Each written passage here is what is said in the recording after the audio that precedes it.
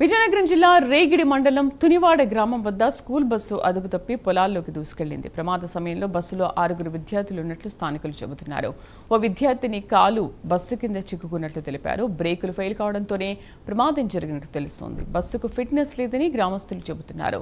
బస్సును పైకి లేపేందుకు గ్రామస్తులు ప్రయత్నించినప్పటికీ సాధ్యం కాకపోవడంతో జేసీబీని రప్పించే ప్రయత్నాలు చేస్తున్నారు.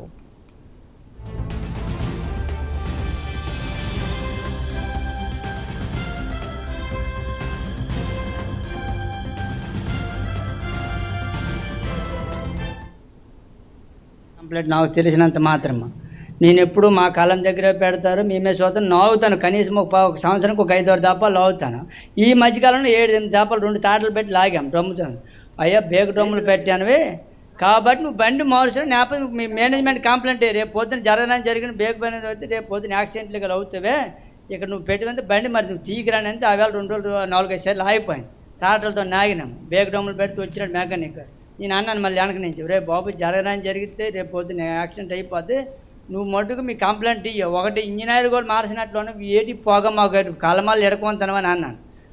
పొగ అయితే మటుకు 1/2 గంట కాలం ఒకటి చెలప్ చేసిన తర్వాత మరి ఎయిర్ ఎక్కితే కానీ ఎయిర్ బేగులు కదా పాలకొంత మరి నాకు చెప్పకండి ఆ బస్సు గురించి. ఆ బస్సు ఇక్కడ మా ఊరు ల్యాండ్ అవ్వడమో నేను ఆ బస్సు దగ్గర ఉండడమో నా తాటలు అక్కడే ఉండడమో నాగడమో చేయడమో ఇదే పని. మేము అతను 4 కలిపి వస్తున్నాం.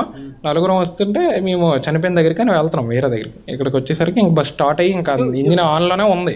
ఇంజిన్ ఆన్లోనే ఉండి అక్కడ బస్సు పడిపోతే అప్పుడు డ్రైవర్ లేసి బస్సు ఇంజిన్ ఆపేశాడు. పైకి కిందకి వెళ్ళిపోయిన అతను పైకి వచ్చి ఇంజిన్ ఆపాడు. ఈలోపు వేరే ఆ బస్ డ్రైవర్ అద్దం రాయితో కొడుతుంటే ఈలోపు తాతయ్య గారు వచ్చారు.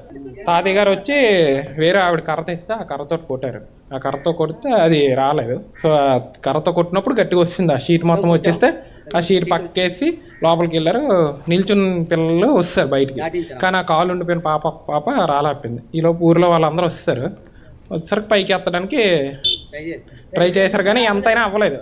తర్వాత 2 ట్రాక్టర్లు వచ్చాయి. ఆ 2 ట్రాక్టర్లతో లాగినా అవ్వలేదు.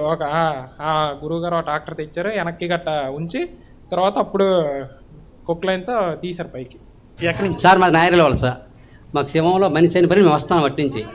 వచ్చేటప్పుడు మేము జస్ట్ ఒక చెట్టు దగ్గర ఉన్నాము. బస్సు తిరబడిపోయింది. గోల పెడతాను వాళ్ళు. డ్రైవర్ లోపల నుంచి వచ్చి మీదకి ఎక్కి ఇంజిన్ ఆపాడు. నేనేం చేయంటే ఒక మా అమ్మ కర్ర తెచ్చింది ఇక్కడికి నిలబడ్డది. ఆ కర్ర తీసుకొని అద్దాలు కొట్టాను. అద్దాలు కొట్టిన తర్వాత ఆ డ్రైవర్ కొద్దిగా దెబ్బలు తగిలి అద్దం లాగేశాను. లాగిన తర్వాత పిల్లలు తీసుకొచ్చాను బయటికి. ఒక ఆమె లాన్ ఉండిపోయింది. కాలు ఇంతవరకు ఉండిపోయింది. లాగాము అంకులు బాధ పెడుతున్నాను. వచ్చేస్తాను అంటుంది. మా వల్ల అవ్వలేదు. అప్పుడు జనాలు వచ్చేసారు అందరూ. వచ్చిన తర్వాత జేసీబీలు వచ్చి ట్రాక్టర్లు వచ్చాయి. అందరూ సహకరించారు. పిల్లలకి ఏమి సేఫ్ ఎవరికి ఏమి పెద్ద దెబ్బలేదు. ఆ పాప మట్టుగా కాళ్ళు లోపల ఏమైంది తెలియదు సార్. అయితే జరిగింది. మేము శివం వెళ్ళిపోయాము. 6 పిల్లలు ఒక డ్రైవర్ అతను ఆయన టక్కని మీదకెక్కి లోపల సెల్ఫ్ ఆపాడు.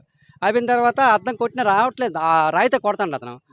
కర్ర మామ ఇచ్చింది. కర్రతో కొట్టాను. కొట్టేసి అద్దం తాలూకా సీటు బయటకు వచ్చి లాగేసాం. లాగిన తర్వాత పిల్లలు లోపల నుంచి ఒకరికొకరు బయట దాటి